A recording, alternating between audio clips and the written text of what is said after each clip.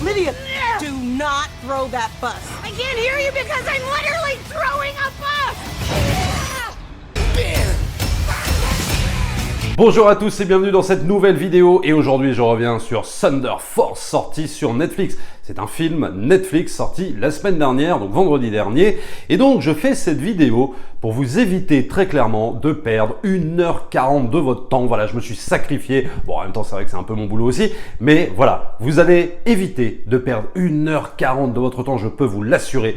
Tellement Thunder Force est peut-être la plus grande bouse de l'année. Pourtant, voilà, on est en avril, l'année n'est même pas terminée. Mais je vous parie que ce sera certainement la plus grosse bouse de l'année, voire peut-être même des 5 dernières années. C'est un film ni fait ni à faire, aussi bien sur la réal que les actrices, que le scénario. On est vraiment face là à une merde totale, disons-le clairement. Alors, Thunder Force, c'est avec Melissa McCarthy et avec Octavia Spencer. Alors on vit dans une Amérique où il y a les malfaisants, donc en gros les super vilains, et qui vont se frotter évidemment à des super-héros. Alors plus précisément, deux super-héroïnes, c'est-à-dire deux femmes qui étaient amies dans le passé, puis après qui ne sont plus amies, etc., puis qui se retrouvent, et qui vont devenir des super-héroïnes. Voilà. Et qui vont devoir affronter des super-vilains. Bon, en gros, le pitch, c'est pas plus épais que ça. Le film est réalisé par Ben Falcon. Alors Ben Falcon, ce n'est autre que le mari de Melissa McCarthy. En fait, t'as vraiment l'impression, là, pour le coup, en fait, d'un film de potes, quoi. Fait avec des potes, des amis, des connaissances, etc.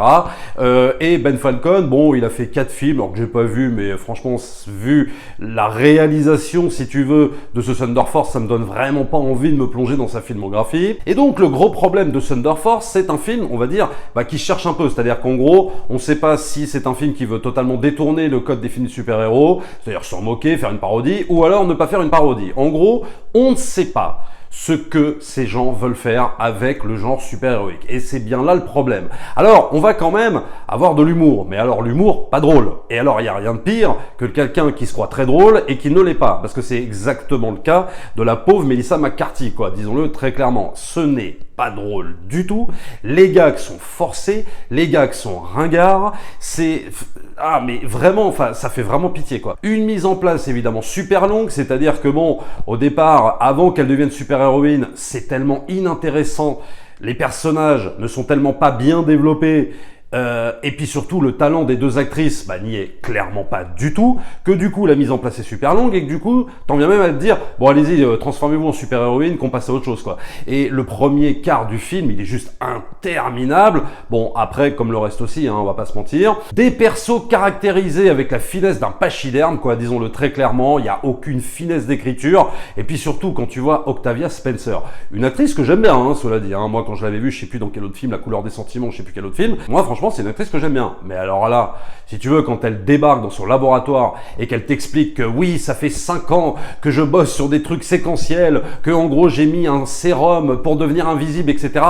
Non mais juste, t'y crois pas, quoi. Juste, tu n'y crois pas, c'est pas possible. Alors, soit c'est un problème de direction d'actrice, soit c'est un problème de réal, soit c'est un problème de non-mise en contexte, en fait. Parce que c'est aussi ça le problème de Thunder Force. C'est-à-dire qu'on te met des décors par-ci, par-là. Alors là, on te dit, tiens, tu fais un décor de laboratoire, parce que comme ça, on va croire que, du coup, Octavia Spencer, c'est une scientifique chevronnée, tu vois, voilà. Donc, on te met un décor, mais aucune mise en contexte. Il y a absolument rien dans le script, il y a absolument rien dans le film qui peut te laisser penser que Octavia Spencer, ça va devenir, genre, une scientifique, tu vois, qui va développer un sérum pour devenir super-héroïne. Non, mais c'est juste pas possible. Et alors, quand l'actrice te débite ça, comme ça, de but en blanc, mais juste t'as envie de rigoler, quoi. T'as envie de dire, ah non, vraiment, non, c'est pas possible. Alors, soit Octavia Spencer ne croit pas à ce qu'elle raconte, et ça, je n'en doute pas une seconde, parce que ça se voit, limite, soit, voilà, je le redis, c'est peut-être un problème aussi de direction d'acteur. Alors, c'est vrai que je spoil à mort, mais très franchement, on s'en fout un peu, vraiment, c'est vraiment histoire de vous éviter, je le redis, de perdre votre temps. Alors après, va s'en suivre des échanges inintéressants entre les deux personnages, des chants contre chants, en gros, on se sert de cette histoire pour nous raconter une pseudo-histoire d'amitié. Alors au début, elles sont amies, après elles sont plus amies,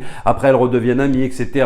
À travers des séquences de dialogue de merde, des vannes qui ne marchent pas, et puis alors en plus elles insistent dans les vannes qui marchent pas, c'est une catastrophe. Et donc là je me dis, je fais une petite parenthèse très rapidement, puis après je reprends la critique de Thunder Force. Ça fait quand même 3 films qu'on se tape, avec des femmes super-héroïnes. Donc il y a eu Bird of Prey, si on peut considérer que Bird of Prey c'est un peu le délire, un peu super-héroïne.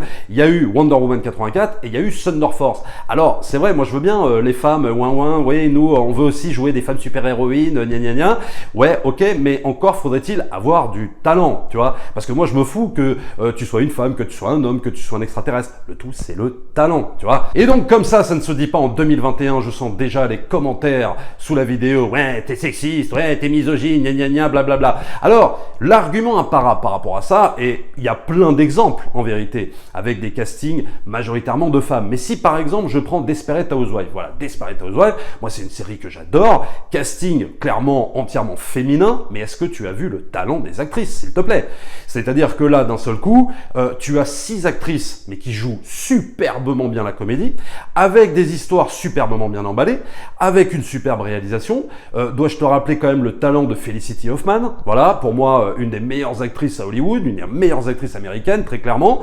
Mais voilà, quoi. Tu vois, il suffit juste d'avoir du talent. Ça suffit pas de dire je suis une femme et je veux participer à quelque chose où il va y avoir des thématiques féministes. Alors oui, bien sûr, moi je suis pas contre le système, mais par contre, il faut avoir du talent derrière. Ce qui est exactement Desperate Housewives. Desperate Housewives, c'est aussi une série très féministe. Et là, c'est vrai que je citais Bird of Prey et Wonder Woman 84, mais je peux vous dire que ces deux films-là, à côté de Thunder Force, limite, ce serait presque des chefs-d'œuvre, quoi. Vraiment. Et pourtant, moi, je les ai déchirés. C'est vraiment pas des bons films. Mais à côté de ce Thunder Force, qui est un étron, mais monumental, vraiment, faut y aller, quoi. Alors après, sur la mise en scène, et là, évidemment, c'est de Ben Falcon dont on va parler, eh bien, la mise en scène est d'une pauvreté abyssale. C'est-à-dire que le mec ne sait absolument pas faire un film de super-héros, parce que j'ai envie de te dire que l'intérêt aussi, quand tu veux faire un énième film où on détourne les codes de super-héros, bah, c'est de digérer ces mêmes codes pour pouvoir mieux les parodier ou pour pouvoir mieux les détourner. Et là, le problème, c'est que tu sens bien que le mec, il a dû voir 2 films de super-héros dans sa vie, ou alors peut-être plus, mais qu'il ne sait pas reproduire en fait ce qu'il a vu. Et alors, c'est d'une pauvreté mais abyssale, quoi. Alors, c'est-à-dire que les effets spéciaux sont pas terribles, et puis les phases, si tu veux, où on monte des super-héroïnes en pleine action, elles sont tellement vides, elles sont tellement mal chorégraphiées. Par exemple, je pense à la séquence de la supérette avec le pauvre Jason Bateman, si tu veux, acteur que j'adore, qui se retrouve avec des pinces de crabe, etc. Enfin, c'est d'un ridicule absolu. C'est là où tu te dis aussi, bon, voilà, j'aime bien le second degré, j'aime bien la parodie, mais il y a un moment donné, il y a quand même des limites. Et là, mais la scène dans la supérette, c'est une catastrophe de chorégraphie, c'est mal joué, c'est mal interprété. Enfin, je veux dire, le réalisateur, tu te demandes s'il y a un réel derrière la caméra, quoi. Vraiment, enfin, le mec n'a strictement rien compris au film de super-héros. Il n'a en aucun cas digéré les codes, il n'a en aucun cas compris, tu vois, ce qu'a compris par exemple un Matthew Vaughn sur un Kick-Ass, ce qu'ont compris les réalisateurs sur des The Boys, lui, il a 5 trains de retard, quoi. Et au final, on s'ennuie parce qu'on a affaire, si tu veux, à un film, vraiment, on a l'impression, comme je disais au début de vidéo, qui a été fait entre copines, quoi, entre connaissances. Eh, tiens, vas-y, si on se fait un délire comme ça de super-héros, ah tiens, voilà. Et en plus, ça va être acheté par Netflix, c'est cool, non? Il y a aussi un acteur que j'adore dans ce film, c'est là où ça fait quand même de la peine, il y a Bobby Cannavale, qui joue le grand méchant, alors le méchant, mais archi pas développé, avec des incohérences en veux-tu en voilà, qui arrive même limite presque à jouer comme un pied, tu vois, faut le faire, quoi, quand même, c'est un super acteur, moi j'aime vraiment cet acteur, et tu te demandes ce qu'il fout ici, quoi, vraiment. Et finalement, il y aurait que la méchante super vilain, finalement, qui est à peu près crédible, tu vois, voilà. Alors, elle a pas beaucoup de lignes de dialogue, mais très franchement, quand elle apparaît, ah, ça le fait. Et en fait, à ce moment-là, tu te prends à rêver, en fait, tu vois, d'un film, alors, soit sérieux, soit en mode parodique, mais avec des antagonistes un peu comme justement cette super vilaine, tu vois.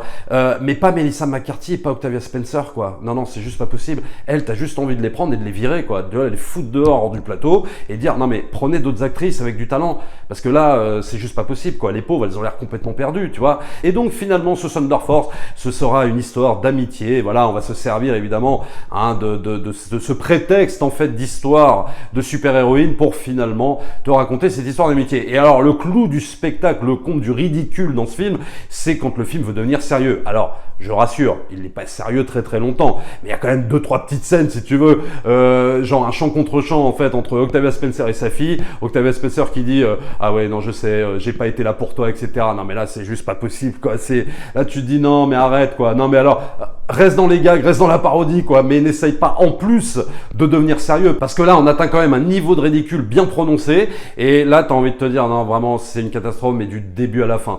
Soit quand vous voulez être marrante, c'est pas drôle. Quand vous voulez être sérieuse, on n'y croit pas.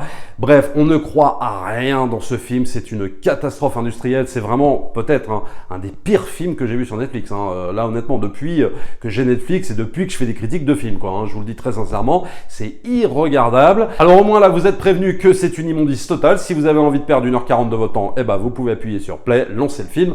Et voilà, mais au moins, je vous aurais prévenu que c'est de la grosse daube. Si vous voulez voir des films ou des séries qui traitent du genre super-héroïque, mais qui en détournent les codes, qui s'en moquent ou qui jouent avec, bah, je sais pas, moi, regardez sur Amazon Prime l'excellente série The Boys, hein, dont je ne vous parlerai jamais assez. Il y a 2 saisons, ça c'est un pur régal de mise en scène, de jeu d'acteurs, d'histoire, voilà. Ou alors je sais pas, moi, regardez Kick-Ass, regardez d'autres films, en gros, hein, qui traitent de sujets si vous ne les avez pas vus, mais ne perdez pas votre temps, je vous en supplie, sur Thunder Force, ça n'en vaut vraiment pas la peine. Abonnez-vous à la chaîne, likez, partagez comme d'habitude, et nous on se retrouve très très vite pour une prochaine vidéo. Ciao!